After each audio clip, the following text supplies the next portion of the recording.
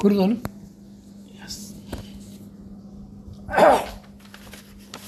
अवधूत चिंतन श्री गुरुदेव दत्त. सध्या आपण परमपूज्य शकुंतलाताई आपटे लिखित ओंकार स्वरूपा सद्गुरू समर्था या पुस्तकाचं वाचन करत आहोत. आज गुरु शब्दाचा अर्थ किंवा ओंकाराचे औचित्य काय आहे. ओंकाराच्या उच्चारानेच सर्व वैदिक कर्मांचा प्रारंभ होतो. तसेच ओंकार रूप म्हणून गणेश पूजनाने सर्व कर्मांचा प्रारंभ होतो. या ओंकारापैकी बिंबू म्हणजे परमतत्व होय. अर्धमात्रा हा नाद आहे.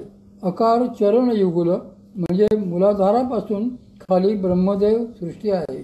उकार उदार विशाल अशी मूलाधारापासून आज्ञाचक्रापर्यंत विष्णू सृष्टी आहे. त्यानंतर मकार महामंडल म्हणजे आज्ञाचक्रापासून ते सहस्रारापर्यंत शिवसृष्टी आहे. याप्रमाणे अकार उकार व मकार हे तीनही मिळून ओंकार होतो. सद्गुरू हे ओंकार स्वरूपच आहेत. म्हणजे सद्गुरूमध्ये तीनही सृष्टीचा लय होतो. याचाच अर्थ ब्रह्मा विष्णू व महेश हे तिघेही सद्गुरू स्वरूपात अध्याहूत आहेत. म्हणजे सद्गुरू हे दुसरे तिसरे कोणी नसून साक्षात श्री दत्तात्रय प्रभूच आहेत. आपण सगळे साधक साधनेपूर्वी गुरु ब्रह्मा गुरुर् विष्णू गुरुर्देवो महेश्वरा गुरुर साक्षात परब्रह्म तस्मै श्री गुरवे नमः हा श्लोक म्हणतोच. आता हेच सद्गुरू तत्व म्हणजे काय ते आपण प्रथम पाहू. गुरु शब्दाचा अर्थ व्यवहारामध्ये जे आपल्याला मार्गदर्शन मिळते मग ते भलेही कुठल्याही प्रकारचे पण योग्य असेल तर ते करणारा गुरु असतो. श्री दत्तप्रभूंनी केलेले 24 गुरु हे या प्रकारचेच होते. काहीही असले तरी ते गुरु आहेत म्हणून त्यांचा कायमच आदर करावा. गुरुचा आदर केला नाही तर विद्या फळत नाही. तेव्हा आपल्या गुरुजनांना एकेरी संबोधणे त्यांची चेष्टा करणे हे काही चांगल्या संस्काराचे लक्षण नाही. ब्रह्मदेव सृष्टी ही सृजन म्हणजे उत्पन्न करणारी म्हणजे सांसारिक सृष्टी आहे. त्यामुळे संसारातले गुरु हे ब्रह्मदेव स्वरूप असतात. त्यांचा यथोचित आदर करावा. त्या मार्गदर्शन करणाऱ्यांनीही आपल्या मर्यादा पाळून संयमाने व योग्य असेच मार्गदर्शन करावे. न पेक्षा त्यांनाही फार मोठा दोष लागतो. असे गुरु हे ब्रह्मदेव सृष्टीतले असतात व सर्व प्रकारचे मार्गदर्शन संसारात अडल्या नडलेल्यांना करीत असतात. श्री गुरूंची कृपा आणि सद्गुरू पुढे भेटतात ते श्री गुरु. श्री म्हणजे शक्ती. हे श्री गुरु शिष्यांच्या अधिकारानुसार त्यांना शक्तियुक्त साधना देतात. विष्णुदेव सृष्टी ही मूलाधाराच्या वर आज्ञाचक्रापर्यंत विस्तारलेली असते. विष्णू हे पालनकर्ते आहेत. श्री गुरु हेही साधकाचे पालन करतात. कृपा होणे साधना मिळणे या सर्व विष्णू सृष्टी तत्वात च्या गोष्टी आहेत. साधकाला निरनिराळे आध्यात्मिक अनुभव मिळणे हे त्याच सृष्टीत सुरू होते. साधकाची श्रद्धा वाढीस लागते. तो स्थिर होऊ लागतो. या सर्व गोष्टी विष्णू सृष्टीत श्री गुरूंच्या कृपेनेच होतात. त्यांची कृपा मिळण्यासाठी ब्रह्मसृष्टीत केलेल्या उत्तम गोष्टींचा साधकांना उपयोग होतो. त्यानंतर येते ती शिवसृष्टी. या सृष्टीचे शक्तिस्वरूप सद्गुरूच अधिष्ठात्री असतात. आज्ञाचक्रापासून ते सहस्रारापर्यंत ही सृष्टी आहे. या सृष्टीत वासना कर्म व लिंगदेह यांचा संहार होतो. जीवाला मोक्ष मिळतो. म्हणूनच आपण श्लोक म्हणतो की गुरु साक्षात परब्रह्म तस्मै श्री गुरवे नमः. तसेच श्री माऊली देखील म्हणतात की तैसा पुढती तोची मी अभिवंदिला श्री गुरुची अभिलषित मनोरुची पुरविता तो. अशा या मोक्षाला नेणाऱ्या श्री सद्गुरूंना मी आदराने पुन्हा पुन्हा अभिवादन करतो. श्री संत एकनाथ महाराजांनी त्यामुळेच श्री सद्गुरूंना म्हटले आहे की ओंकार स्वरूपा सद्गुरू समर्था. श्री सद्गुरूंचे सामर्थ्य शिष्याला आपल्या कृपेने ब्रह्मस्वरूप म्हणजेच आपल्यासारखे करण्याचे सामर्थ्य सद्गुरूंमध्ये असते. म्हणूनच ते समर्थ आहेत. परमार्थात जवळ भरपूर संपत्ती, शस्त्रे अथवा सत्ता असलेला समर्थ ठरत नाही, परंतु जो एखाद्या जीवाला आपल्या सामर्थ्याने श्री भगवंतांकडे वळवून आपल्यासारखे करतो तोच सामर्थ्यवान. या संतांची ताकद त्यांच्या सद्गुणातही असते. एक संत रोज घाटावर स्नानासाठी जात असत. त्यांचे सर्व महात्म्य न पटणारा त्यांचा एक निंदक ते घरी निघाले की त्यांच्या मागोमाग त्यांना शिव्या देत जात असे. आपल्या घराची गल्ली आली की मात्र ते संत शांतपणे मागे वळून त्याला सांगत, आता तू घरी जा, इथून पुढे माझ्याबरोबर येऊ नकोस.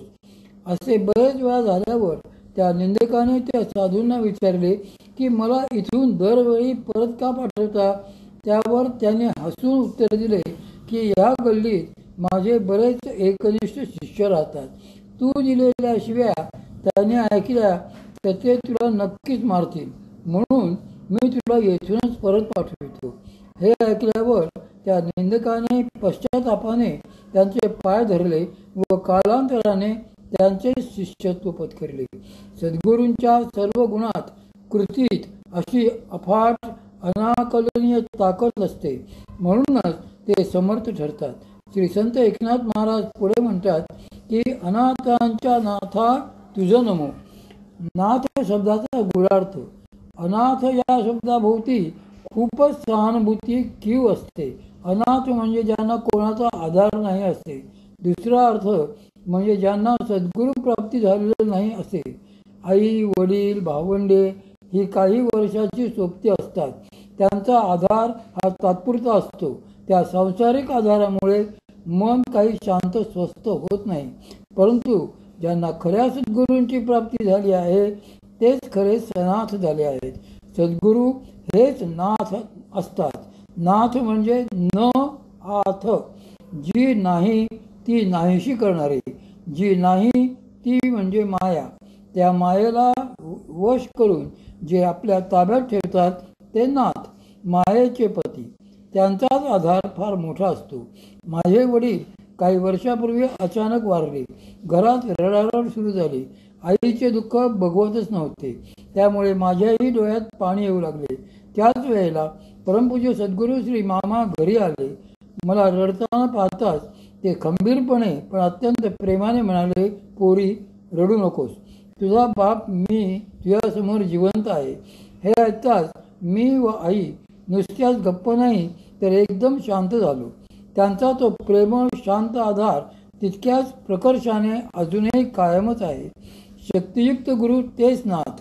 याच नाथ शब्दाचा एक सुंदर आणि मार्मिक खुलासा सद्गुरू श्री गोरक्षनाथ महाराजांनी आपल्या सिद्ध सिद्धांत पद्धती या ग्रंथात केलेला आहे. ते ग्रंथारंभीच म्हणतात की आदिनाथम नमस्कृत्य शक्तियुक्तम जगद्गुरुम वक्षे गोरक्षनाथोहम सिद्ध सिद्धांत तपसिद्धितम. येथे ते शक्तीचे युक्त अशा जगद्गुरु आदिनाथांना वंदन करीत आहेत. म्हणजे जेव्हा गुरु हे शक्तियुक्त ज्ञान देतात तेव्हाच ते नाथ पदाला सार्थ ठरतात. शक्तियुक्त ज्ञान जीवाला देऊन त्याच नाथाला ते सनाथ करतात. असा हा सनाथ जीवच साधना करता करता पुढे त्यांच्या इच्छेने व कृपेने स्वतःच नाथ होतो. गोरक्ष सिद्धांत संग्रह ग्रंथात राजगीय ग्रंथातील दिलेला एक श्लोक नाथ शब्दाचे चांगले स्पष्टीकरण करतो. ग्रंथकार म्हणतात की नाकारो नादरूपम च थकार स्वाप्यते सदा भुवनत्रयमेवेकः श्री गोरक्ष नमोस्तुते. नाकार हेच नादरूपाचे द्योतक असून त्यात नित्य स्थापित होऊन राहणे हेच थकाराचे मर्म आहे. असे जे नित्य सहज समाधीत राहतात तेच नाथ असा गूढ भावार्थ यातून प्रगट होतो. नाथ शब्दाचे आणखी अर्थ. सर्व सृष्टींचे स्वामी ते नाथ अशी ही नाथ शब्दाची एक व्याख्या केली जाते. न अधिक अथ बरोबर नाथ म्हणजे ज्याला प्रारंभच नाही, जे अनादि तत्व आहे तेच नाथ तत्व होय. अशी ही नाथ संप्रदायाची एक धारणा आहे. शक्ती संगमन मंत्रातील एक महत्त्वाचा श्लोक नाथ शब्दाचा सुंदर अर्थ सांगतो. गोरक्ष सिद्धांत संग्रहात आलेला तो श्लोक असा: श्री मोक्षदान दक्षत्वान्नाय ब्रह्माण बोधनाथ स्थगिता ज्ञान विभुवा वांछिनाथ इति गोयते. यानुसार ना म्हणजे मोक्षाचे अथवा मोक्षाच्या ज्ञानाचे दर्शन करविणारा व थ म्हणजे अज्ञानाचा मार्ग स्थगित करणारा. अज्ञानाचा नाथ करून नाथ तत्वाचा साक्षात्कार करविणारे तेच नाथ असा भावार्थ त्यातून स्पष्ट होतो. बौद्ध गान ओ दोहामधील शांतीपदाच्या चर्यापदातील नाथ शब्दाचा अर्थ संस्कृत टीकाकार मुनी दत्ताने सद्गुरू असाच दिलेला आहे. भगवान श्री गोरक्षनाथ महाराजांच्या गोरक्षबाणीत देखील नाथ शब्दाचे अर्थ मर्म फार सुंदर स्पष्ट केलेले आढळते. ते म्हणतात की हसिबा शैलिबा धरिबा ध्यान अहनिशी कथिता ब्रह्मगिर्यान हसै पलय न करे मनभंग ते निहचल सदा नाथ कै संग. हसत खेळतही ध्यानच धरले पाहिजे. रात्रंदिवस ब्रह्मचिंतनातच राहिले पाहिजे. असा जो आचार ठेवील आणि हसता खेळतानाही मनाची ब्रह्मतदाकारता भंग होऊ देणार नाही, अशा निश्चल साधकाच्या हृदयात ते परम असे नाथ तत्व प्रगट होते. नाथ तत्व हेच परब्रह्म असा बोध यातून होतो. जे मायेला आपल्या लीला वशात ठेवतात, कह्यात ठेवतात तेच नाथ असाही नाथ संप्रदायाचा सिद्धांत आहे.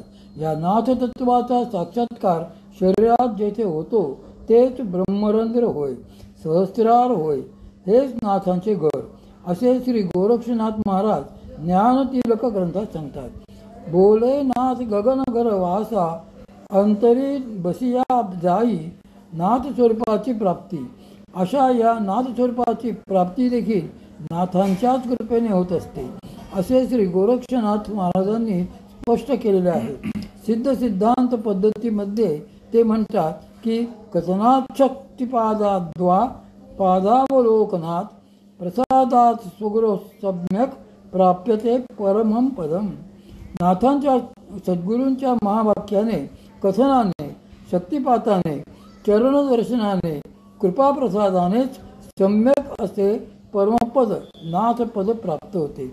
जे साधक नाथांना अनन्यभावाने शरण जातात आणि कृपेच्या याचनेने त्यांच्या श्रीचरणांचे दर्शन घेतात, त्यांना अर्ध्या एक निमिषातच नाथ सद्गुरू आत्मस्वरूप स्थित करविण्यास समर्थ करतात.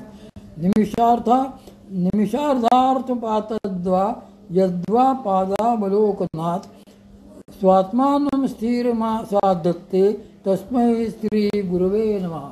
जे सद्गुरु तत्व साधकांना सच्छास्त्र सिद्ध मार्गात्वा असा मार्ग कृपेने